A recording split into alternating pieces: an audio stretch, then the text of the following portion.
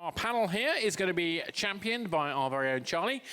Charlie's going to come up and from Stonehill, and he's going to talk to Tom, Conor, Archie, and Berkley about championing community building, player connections outside the app stores. Charlie, over to you. I bet you're sick of me. I've been around everywhere today. So yeah, could I please welcome Archie, Tom, Conor, and Berkley to the stage, please? Welcome everyone. We're going to be talking about building player connections outside the app stores. We're going to delve into workshops and social platforms and other ways of how we can provide meaningful connections there. So I would like to welcome. I've already welcomed my panelists, but I'd like them to introduce themselves, and we'll start with Conor, and then we'll work our way down the line. Hi everybody. My name is Xsolla. This is. You got to press up. Yeah, press up. Yeah. There we go. Hello? There we go, yeah. Okay, great. Hi, everyone. My name is Conor McLaughlin. I am the VP of Revenue and Partnerships at a company called Aghanim, founded by the former C-suite of Xsolla. I've been in kind of ads monetization, or monetization really, my entire career. Formerly at Vungle Liftoff, helping publishers monetize via ads. And more recently moved over to Aghanim in a kind of a space that I find kind of far more exciting. And very excited to speak to you all today. Thanks for having me. Hi everyone, my name's Tom Gayner. I'm the CEO and co-founder of a software business called Levellr.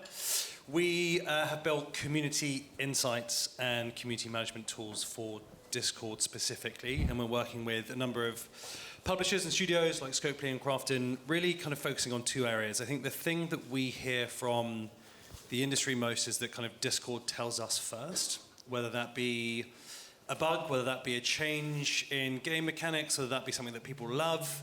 But cutting through the noise of 100,000, 500,000, 1 million messages a month and getting that into the right hands within teaming or within teams and orgs is pretty difficult. So we're doing that on the insight side, and then on the engagement side, and I think we'll probably talk more in this panel around some of the kind of challenges around growth and UA, is really we're seeing a bit of a shift in the industry with a focus on retention and the importance of kind of growing and keeping hold of users. And so our tools are helping drive engagement in communities to do just that. Cool. Are we on? Yep, we're good. Hey everyone, I'm Berkley, Egenes, Chief Marketing and Growth Officer at Xsolla. We're thrilled to be here. I'm here in London to kick off the year of a series of events for all of us, to be honest, and I call it the event superhighway that we'll be on. We are the leading global video game commerce company. We focus only on video games and supporting games from all different genres, all different sizes. It doesn't matter where you're located, where you're from, what type of game you have. We're here to help you support your business and grow through the different regions. We operate in 200 different geographies around the world, 700 different payment methods, 130 different currencies, and support languages in 25 different languages around the world. From everything from Japanese to Brazilian to Portuguese, and both Brazilian, Portuguese, and Portugal, going into it. So we've been investing in web shops for the last 3 years, right before everything, kind of the chaos broke out in the United States from the litigation with Google and Apple, and going back and forth, and what was happening with Epic. And now we've built a pretty solid business, over 500 web shops that we've rolled out over the last 2 years. And we've learned a ton. We're here to share some of those insights and what's going on and where we see the industry going. The industry is growing, people. I don't care what you read out there. It's growing. This is a key year. 2024 was a great year for mobile. I think you guys would all agree. But 2025 is going to be spectacular. We're really excited about the opportunity. So keep making games. We want more games on mobile, and to see that happen. Awesome. I'm Archie. I'm head of product at Stash. Stash builds really premium, bespoke, direct consumer channel experiences for some of the biggest developers in the world. We try and work with developers who are reasonably at scale in their life cycle with sophisticated teams to build player experiences that really enhance the kind of gameplay in every way. So that can cover everything from social systems to new forms of content to premium e-commerce experiences. We have been around for a couple of years, and similarly to some of the other guys up here have, been really excited about some of the regulatory unlocks that have been happening, although I don't think any of us think any of that was required for the explosion in D2C that has already been taking place. If anything, the main thing it's done is just made it more of a talking point in the industry. But yeah, we firmly believe that the next phase of growth in the games industry will be driven by a renewed focus on distribution innovation, and that the studios that are really getting ahead and have demonstrated and grown the market are those that have thought as much about how their players play their game as they do about what their game is to play. So Stash is partnering with developers who are thinking about that seriously and finding kind of new ways to make games a delightful experience. Brilliant. I moved over here, by the way, because I thought it would be better to see everybody's faces. Better. So one of the topics that we wanted to dive in today, and I guess this is quite a nice opening question for us to dive deeply into a bit more later as well. But yeah, one of the topics we wanted to dive in today was how to communicate and listen to your players to build a better relationship with them. How are the rules changing, and what are some of the things we should be thinking about in 2025? We can speak from the community perspective and from the D2C perspective. I think it's really important right now. So Aghanim, for instance, we're kind of a game extension platform, right? So think of it as kind of a supersized web shop. And what we have on our platform, we're a content-first game extension platform that essentially brings users over to a game hub where we can then upsell them and keep them engaged via the look and feel and via kind of several areas of content that they can engage with. Now, I think that right now what's really interesting about our industry is performance, right? So once you get players over to your game hub or your web shop, how do you keep them engaged? And also, how do you keep them purchasing off app to kind of avoid and give publishers back kind of this power to avoid this 30% Apple and Google fee that exists obviously in game? So, we spoke to, when we were in stealth mode, we spoke to 100 of the top 250 publishers. And 80% of them had like a DTC platform, some sort of web shop, right? Now, 50% of them were operating at 5% or below. So 5% of their users had come over to the web shop, that was 50%. And 80% were only generating around 20% or lower of purchases and players coming over to the web shop. So right now, when you think about kind of game hubs or web shops or DTC in general, I think the one big opportunity, everybody thinks about this opportunity right now. It's top of mind for everyone. We're talking about it. We just had web shop Wizardry before this. The really big question is, once you get players over, how do you keep them converting? How do you keep them engaged? And how do you keep them purchasing? Because that's the key question between, is this the biggest opportunity in mobile gaming, or is this just another opportunity? So I think that is kind of what everybody's thinking about. Currently at Aghanim, we're doing around 14% off app on day one from launch because of how kind of engaged we keep our players and the feature set that we have. I think that if you're not looking at 50 to 60% off platform within 3 to 6 months, you should kind of reevaluate where you are. So I think it's the biggest opportunity right now if you can do it well. And that's why everybody should be looking at the providers that they're evaluating in order to do that.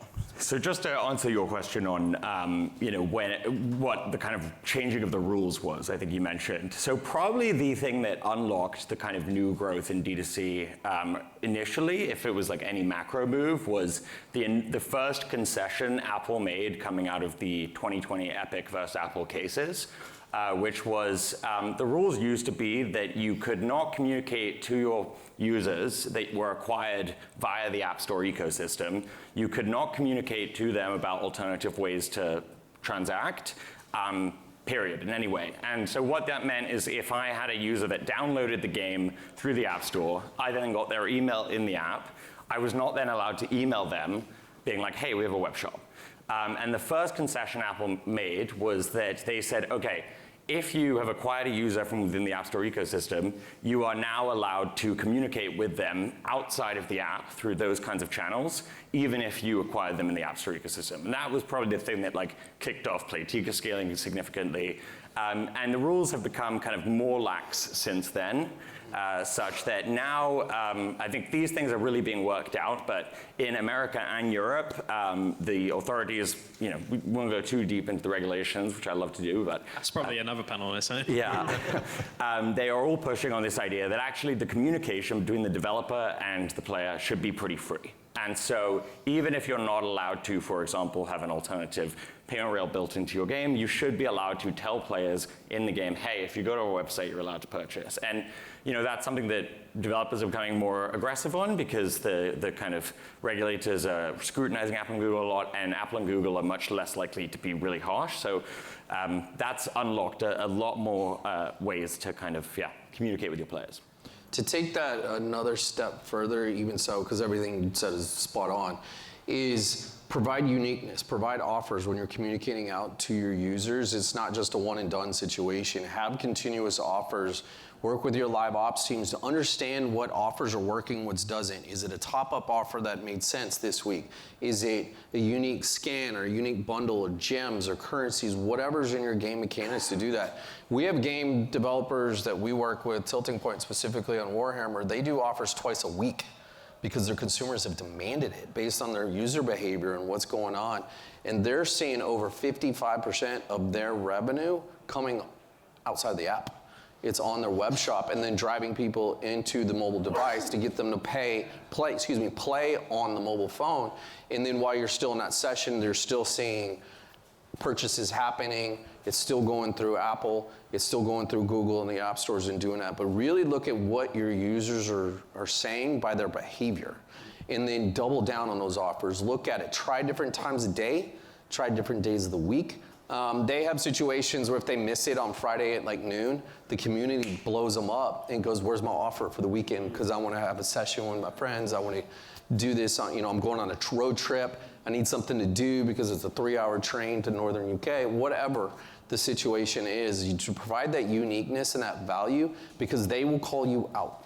They will tell you if that offer is not valuable, they'll either tell you socially through the emails, respond back to the email, and what's going on, that offer didn't make any sense, there's no value to me. Or they will make that decision based on our purchase behavior, and you need to understand that, what's going on. And maybe the final thing that I just add to that is to make sure that you are communicating where your players' habits already exist, and that isn't just in your game. I don't know how many of you have seen Matthew Ball's 2025 gaming report, but he talked and went deep on some of the stats around Discord where we focus, and 90% of the 200 million users on that platform are playing 14 times a month, up to 90 hours a month, right? That's more than 2 working weeks in a month. It's insane. So you've got to make sure that you are communicating those offers and those opportunities where your audience are. And Charlie, the original question was about, are you listening to the audience? The beauty of real-time community platforms like that is that alongside your offers, not only can you get your kind of your own internal analytics and data, but you can also you can listen. You can get that feedback. And when you start to bring together that qualitative and quantitative data, you can kind of unlock and find real golden insights in that.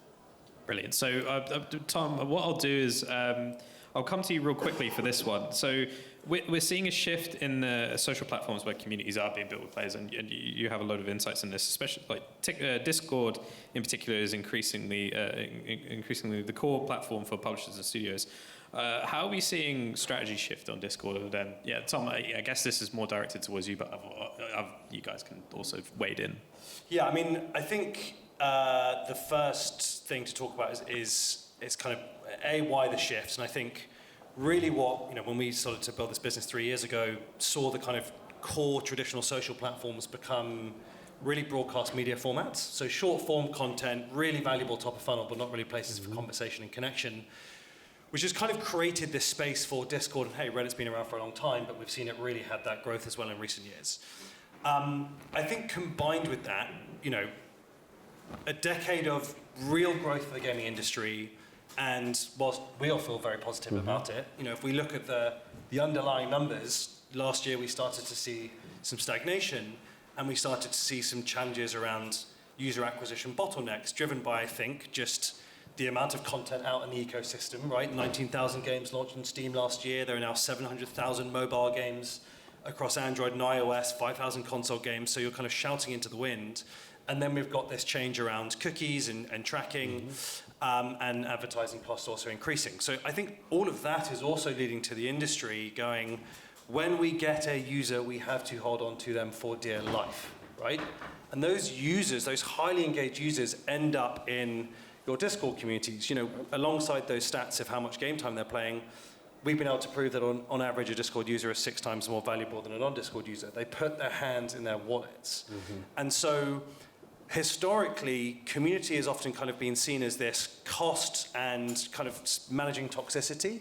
That's starting to shift, where I think organizations are thinking about it within a kind of more of a revenue lens. And so we're just seeing more investment and smarts into how we can build and better engage those kind of community ecosystems. And I think that what these guys are doing, and the Webstore opportunities, and kind of turning Discord from a separate island for conversation into fully connected ecosystems is really exciting. You're going to see a lot more selling through platforms like Discord, I think, over the next 18, 24 months as well. I was thinking this as well. When I was looking at what Discord has been doing over the past 2 years, I was quite surprised that Discord doesn't have a shop yet, right? Because Discord coming out with a shop is something that They tried. They tried, and I don't think that they'll stop trying. I think that we're going to see Discord try to launch a shop at least again, or successfully do it. I think with the communication of your players, what we want to achieve at Aghanim, and I believe at all web shops, is just funneling users to a place where they have the freedom to be able to engage with rewards more affordably, so that they can, engage further with the game, as well as think about, I come from the ad side. Think about these ad viewers who are not typically IAP-based users, right? We're thinking about whales, we're thinking about VIPs. What about the ad players who could not typically afford or engage with this IAP ecosystem? What about transitioning them over to a place where it does become more affordable to engage with their games further and more kind of dynamically? So that's something that we really want to do kind of as well. And linking these kind of players to Discord or where there's kind of a community, it's a very kind of, I think, beneficial way to do it. On the Aghanim side, what we do is we link directly to kind of a game hub where you can engage with that content piece that I mentioned, with the news, with the events, bespoke leaderboards, and then you can kind of, upsell them from there based on kind of daily rewards, loyalty programs, and cashback rewards. But yeah, Discord is also a kind of a beneficial way to kind of bring your community over to your web shop. So. It's an important conversation, because it's not that if you build it, they will come mentality. You have to go to the Discords, you have to go to the Reddits, you have to go to the social media platforms, Blue Sky, other things that are coming on board. Who knows what's going to happen with TikTok in the United States? Give it a minute, it's going to change. But what's happening is you got to build that and create that engaging opportunity and create that uniqueness. Listen to what they're saying. I didn't like that offer. I don't want skins, I want gems. Okay, got it. Like, make the adjustment, make the shift in what's going on, because web shops are there. We here to provide that opportunity and that execution, that conversion done at the end of the day. We hear it all the time. 2 challenges: user acquisition, incrementality. The whales. Like, web shops are set up for whales, to convert that dolphin into a whale, as we like to call it. Somebody who might have not purchased in a month, or somebody who's only spending $25. We're seeing transactions $100, $1,000 for a mobile game, from the experience of what's going on, and making that conversion and that leap, and you're driving that ARPU up, and then you're getting more monthly active users, more engagement, you're getting more repetition, and the word of mouth that's going to happen, particularly if it's a community-based game.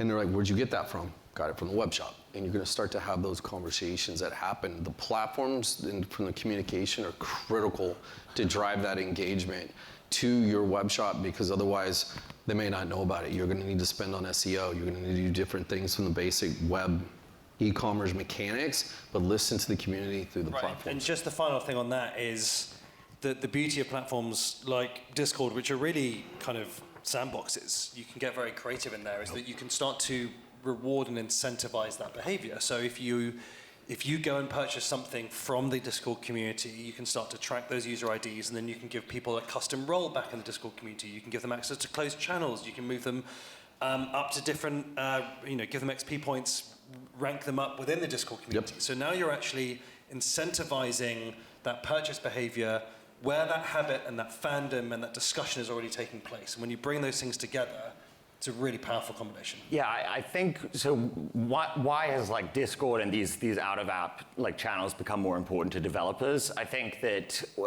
there's probably like three main reasons. And so one is exactly as you're saying, the kind of dynamism of what you can do in Discord or what you can do in the web is so much more open than what you can do in a native app environment, especially one that's like regulated by App Store policies that can be quite controlling. I don't think players realize that, but even just having a back and forth conversation between developers and players is not something that lends itself so much to in-app, and Discord unlocks that. But also then Discord has player-to-player communications being visible to developers, which is super valuable because you see what's working, not necessarily just on stated preferences, but on revealed preferences.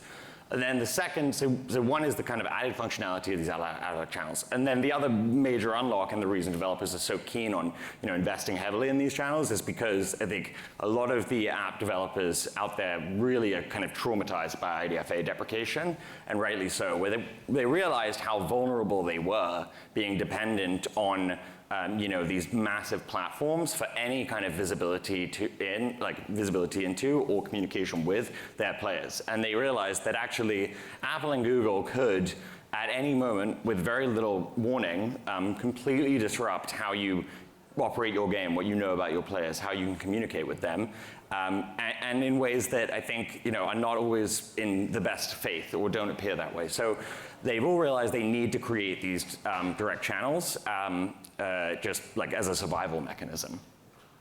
Brilliant. So I was going to ask about whether you guys could share some data, but I think you guys have already gone through a bunch of stuff there, so I'll skip that question.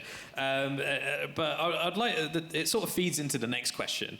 Are enough developers taking advantage of this opportunity? And if not, why? Why not? Are there scenarios where it's just not worth it for developers, or is it a case of just? And is this opportunity like what? How would you define this opportunity? Yes, but taking advantage of the opportunities, the current state of DTC through the social channels, but also from the web shop. Yeah, I would say that what we've seen is a lot of developers getting something bare bones but functional up and running. I think a lot of developers are aware this is something that's happening in the industry. There's been a lot of macro news that makes it exciting.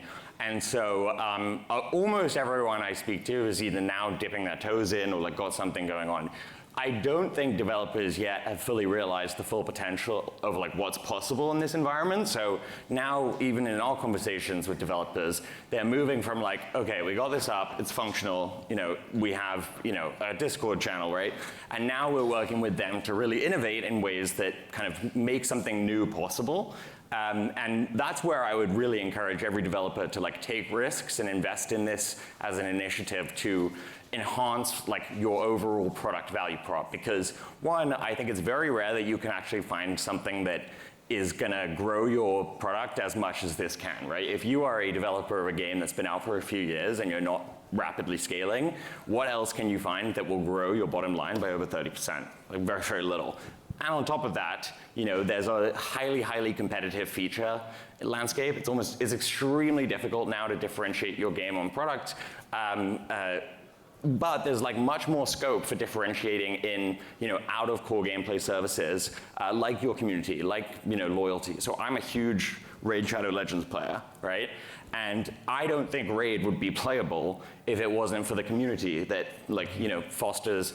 It's everything from community created tools to guides and Discord groups and the content creator community. And really I think developers who empower their communities are going to be head and shoulders above the rest these days, because one of the best things about Discord, right, is, as you mentioned, you kind of proceed up from being a server member to being a mod, right? But you're almost players want to be doing this. They want to be engaging with your content. They want to be engaging with each other and a part of these products they love. It's really just about can you let them? So I think everyone's kind of somewhat interested in it, but I don't think people fully realize what they could be doing in the space. I think it's also, to Archie's point, when I was working back in ads and I wanted to get, Vungle as an SDK network into a certain publisher. What we would talk about is, oh, maybe this is going to attribute 2 to 5% increase in CPMs, right? Which overall would, towards your bottom line, get you to kind of an 8% increase.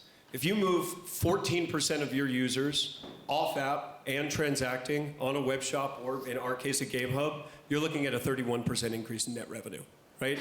So this is, in my opinion, I'll say it again, I think it's the biggest opportunity in mobile gaming by a mile. I think almost all of us would agree about that. We can go back to the Discord kind of link out. I think a lot of the skepticism from, casual and hybrid casual, hardcore and mid-core games definitely should be doing this. There's no debate about that. I think hybrid casual and casual gaming titles are a little bit skeptical about their users not necessarily being whales, being interested more in kind of being more susceptible to being ad viewers, et cetera, et cetera. But what's really important, I think, in our industry is bringing down the various friction points towards ensuring that players actually engage and purchase off app. So, sending them to multiple different locations before getting to the web shop, I think if we bring down those amount of friction points by linking them directly to a place where they can purchase, and then using live ops on the game hub or the web shop to then upsell those players so that so that specific rewards are tailored to that exact kind of user attribute, which is kind of what we're doing at Aghanim now. I think that brings down the friction points to the point where it's a seamless transition from game to game hub or web shop, upsold with a specific reward that's tailored to that specific user, to then return back into the game. And I think the more that we bring down those friction points and those several different kind of areas of engagement where a user has to kind of go to in order to actually get this reward or take advantage of kind of a discount, I think that is going to be the key to where hybrid casual, hybrid casual, and casual gaming titles, as well as the mid-core and hardcore guys, are really going to benefit and be able to kind of turn the key on the revenue opportunity here. And I totally agree. And the beauty of the opportunity here is that you can connect all of these things together now. Mm-hmm. So you can actually, in Discord, you can start to drive somebody to sign up to get a user ID or connect their user ID. They can then start getting emails. You can start to reward them from that. If you're really thoughtful about those different user journeys, you can get all of it to sync together and to create a story and a path and a narrative that you want to. And that's the opportunity today, is how do all of those different steps across email, across social, across your community platforms, be really thoughtful about what actions you want people to take, and then how you're going to nudge the next action and reward them and incentivize for that. Because you can join the dots on those things to kind of push that user where ideally you're trying to get them to. Yeah, you guys are absolutely right. I mean, are people using web shops? Are they developing web shops? Do they see the value in it? The numbers don't lie. The answer is an overwhelming yes. It doesn't matter what genre you're in. We're seeing casual games. Female game players are used to e-commerce. They're used to the website. Go to a website. They can even use their mobile browser and make that purchase as well. We've developed over 500 web shops. We've learned across all genres. It doesn't have to be a big, huge AAA game to be on a web shop. It can be a casual game, and we've accepted over $1.5 billion in 2 years in transactions coming through these web shop experiences, because you bring all this connective tissue. Game developers, you want control of your game from A to Z. Every experience is part of your brand and part of your engagement. You design these web shops up to be an extension of your game.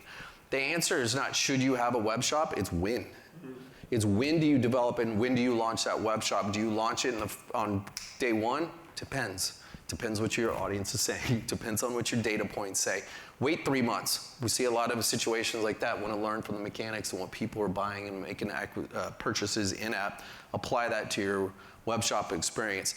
It's build a web shop. It should be part of your portfolio, your go-to-market plan, your go-to-market strategy, everything you have. It doesn't matter where you are in the world to make that happen. The unique opportunities you can do from a commerce perspective. You can use reward points. If you're in Poland now, With us and MasterCard, we can accept pay with points. Instead of purchasing that transaction on your MasterCard, you do it with points that you built up on groceries, movie tickets, clothes, whatever. You can use that in your in-game economy and make that experience more fruitful and more easier to transact. You limit the amount of friction opportunities that are there that sometimes happen on the mobile device. You could have Wi-Fi issues, you could have bandwidth, you could have different things going on. The web shop just opens all of that up to where you can take the control back. So, we spoke about a couple of strategies here, and especially last year as well. Are there any learnings you've taken from the past 12 months that sort of changed your advice from what you were telling people about a year ago? Don't be afraid. Like, literally, don't be afraid. Our friends in Asia, don't be afraid. We've all been in these conversations, like, what's going on? It says it in the terms of service that you can do this. Yeah. I don't know how many meetings we've been in, we printed it out and said, here it is. It's like, what's going on? And here's the validation point. They're not gonna kick you out of there. Now, if you go do links and other things that you're not supposed to do that says in the terms of service, you're gonna run into the problem with them and what's happening. Follow the rules. We'll all help you, guide you through that process and make sure you do it safe, secure, simplistic as you go forward, but put it in your plan. At first we were even like, does this game make sense? Or, you just want the big game. Only this works for AAA, and then we had a couple casual games come into it. I think that's one of the big learnings we've had. It doesn't matter the genre. So these smaller games that you think is like, $500,000 in revenue, they should have a web shop too, and they're generating more profitability for their next game. Right, it's 90% plus on every dollar versus 70%. So every dollar made, you're making 90% on every dollar versus 70%. The opportunity is there for everyone. I would say, though, I think your point about don't be afraid is a very good one, because whenever we work with developers, it is a question of risk tolerance and what they're willing to risk. And so I always say to developers, like, hey, getting 25% more revenue is great, but being kicked off the App Store is existential. So obviously that is the thing to concern about. And the other kind of fact is that Google and Apple are not, courts of law, they're not democracies, they're dictatorships, right? So, and I don't mean that in an insulting way, but like, there isn't anyone you can really appeal to if Apple, kicks you off. Now, and as such, like their decision-making processes are like not super visible, but it's very, very clear they are responding to the scrutiny they're under, because people are, very large studios and small studios, but visibly large ones, are doing very aggressive things that a year ago, my advice would be like, this is a high-risk strategy. For example, like, Monopoly Go's web shop links out from within the shop to the loyalty program, and you're one click away from the web shop. And so, like, we had always operated under the rule that you would probably want to be 2 clicks away from being the web shop, but I think that what we're picking up on is that there is a little more hesitation by Apple and Google to take extreme action when people are found to be pushing the rules of what they're allowed to do. And as such, I would be like encouraging developers to be a bit more aggressive, and you can be extremely aggressive, but still be well in the bounds of what the largest developers in the world are doing. So we have more examples of very, very large developers doing more aggressive things and seeing no repercussions from it. Yeah, I think that the one thing that you're really not allowed to do is you're not allowed to link out to a web shop directly. As long as you link out to the transaction flow, that's something where you get hit with that 27% fee, because you're still under that kind of Apple and Google or within that orbit. If you link out to a Discord or you link out to a game hub where there's like news and events, you can upsell them bananas or tires or in-game currency, right? You can upsell them whatever you want because you're out of that orbit. So I think the thing to kind of take into account is how do we link them somewhere like a Discord or a game hub where they can engage with that content, and then we can upsell them in that same place. And I think that's the real key. Worth noting, though, if I was to bet on one major change being forced by regulatory movement, it would be link out being allowed, because that is the area that both the American court system and the European Union's regulators are really not budging on, that they think that developers should be allowed to link out without having to pay a fee. So you're not I would able to say, do that yet. I would actually disagree. I would That's say right. that if anything, our current direction and where the kind of government legislation is trying to deleverage the monopolies like Apple and Google and not give power back to them. I think we're actually going in the opposite direction where Apple and Google are going to lose more power around their... Sorry, how would allowing link out be giving them power? Well, allowing players to link out to a game hub would deleverage the power of Apple and Google, right? I mean, suddenly they're linking out players from their orbit where they're able to take 30%. Players in the game see a button where they can go to like a game hub, for instance, be upsold and take advantage of rewards that are more affordable, taking money thereby away from Apple and Google. So just to really clarify what I'm saying, that the regulators will force Apple and Google to allow link out. To allow link out, Yes. correct? Okay. Yeah. You just answered like 3 or 4 questions in one. That was amazing. So we have 1 minute left. I'm conscious that I've been hogging all the questions. Does anyone in the audience have any questions? Please, I would like to give you a little bit of the spotlight. Otherwise, we'll just quickly Any takers? wrap up. Come and get it. Microphone here. Don't be shy. No? Okay. Brilliant. So one final quick one, super quick fire. 2025 predictions, go.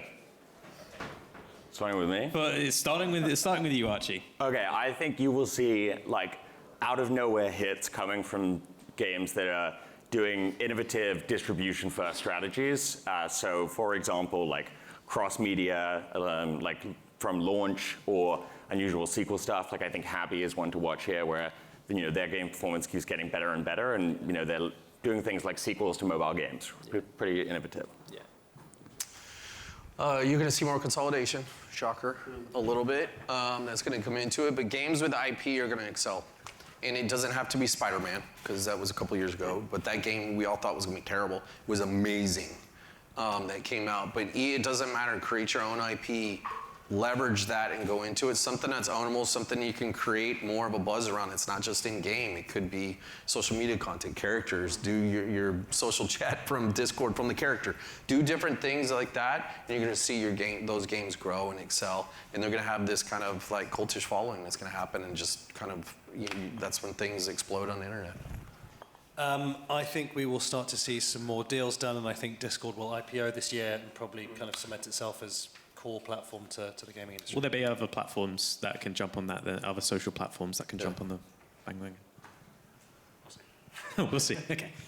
I think you're going to see that 80% number of the amount of publishers in the top 100 or the top 250 go to 95%. I think that everybody is going to get in 2025. I think everybody is at least going to flirt with the idea of launching a web shop. Brilliant. Can we get a round of applause, please? That's cool. So honestly, we could have kept that going for another hour. I had loads of stuff, but thank you so much, guys, for taking part. I think same time again next year. Yeah, let's do it. Well, maybe we'll Thank you very start much, the guys. podcast. That was great. And I think the key thing that I'm taking away from this is, we are seeing a transition coming. We don't quite yet know what it's going to look like, but either way, there are tools we can already take advantage of.